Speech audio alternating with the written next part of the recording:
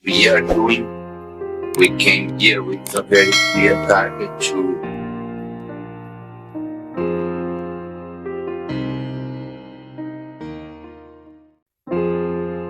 Supporter Timnas Indonesia pecahkan rekor Malaysia. Laga Timnas Indonesia kontra Thailand berpotensi menghadirkan rekor tersendiri bagi supporter Timnas Indonesia. Pertemuan Timnas Indonesia dan Thailand juga selalu menuai atensi pecinta sepak bola tanah air. Sebab keduanya saling terlibat persaingan dan tersaji pertandingan yang memanas.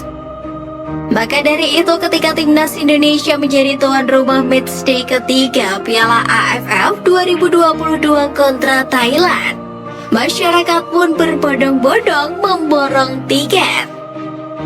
Diketahui tiket pertandingan yang dijual di situs tiket.com ludes dalam sekejap. Padahal Timnas Indonesia sudah menaikkan total tiket yang dijual hingga 50.000 kursi.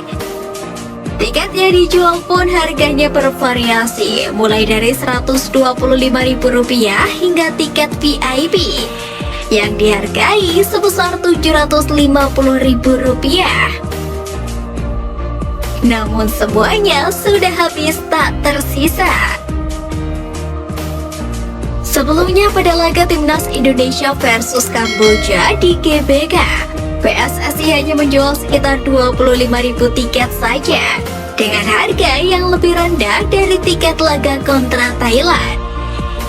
Bahkan hal tersebut mendapatkan sorotan tersendiri bagi warganet Twitter. Akun Twitter @ASEANBALL turut kagum dengan antusias supporter Garuda. Dengan capaian tersebut, laga Timnas Indonesia versus Thailand berpotensi untuk menyalip rekor penonton terbanyak di Piala AFF 2022 yang sebelumnya dipegang oleh Malaysia. Sebelumnya, Malaysia sukses memecahkan rekor pertandingan dengan penonton paling banyak di Piala AFF 2022. Tepatnya kalau menghadapi Laos dengan 29.961 penonton yang hadir di Stadion Bukit Jalil, Malaysia. Jumlah tersebut hanya selisih sedikit dari laga Indonesia versus Kamboja yang dihadiri oleh 25.322 orang di Stadion Gelora Bung Karno.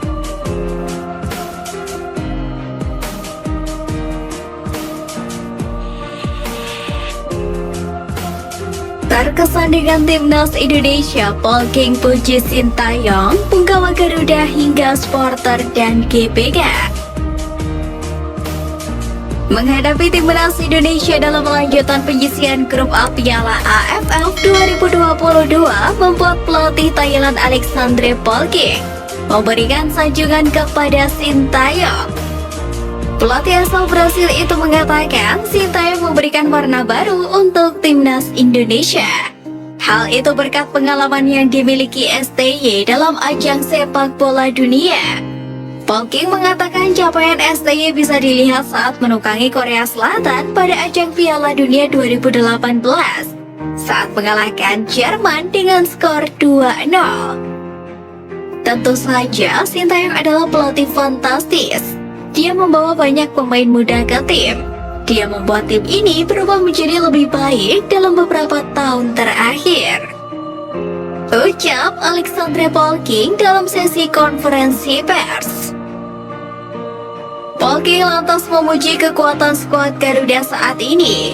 Menurutnya, dua bek sayap Indonesia memiliki naluri menyerang yang kuat, berlari ke pertahanan lawan nyaris tanpa henti. Selain itu, kehadiran Jordi Amat di lini belakang Garuda membuat kagum pelatih berusia 46 tahun tersebut. Sebab Jordi Amat piawai dalam melakukan key pass dari belakang.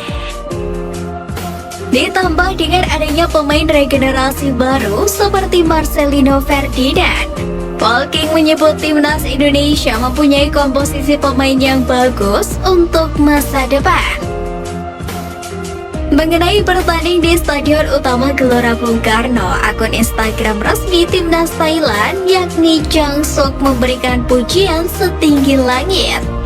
Mereka menggambarkan kemegahan Stadion GBK dan memuji Indonesia sebagai lawan yang tangguh. Sontak dalam kolom komentar unggahan Chang Sok yang memuat foto kemegahan Stadion GBK itu juga banyak mendapatkan komentar dari netizen Thailand dan Indonesia.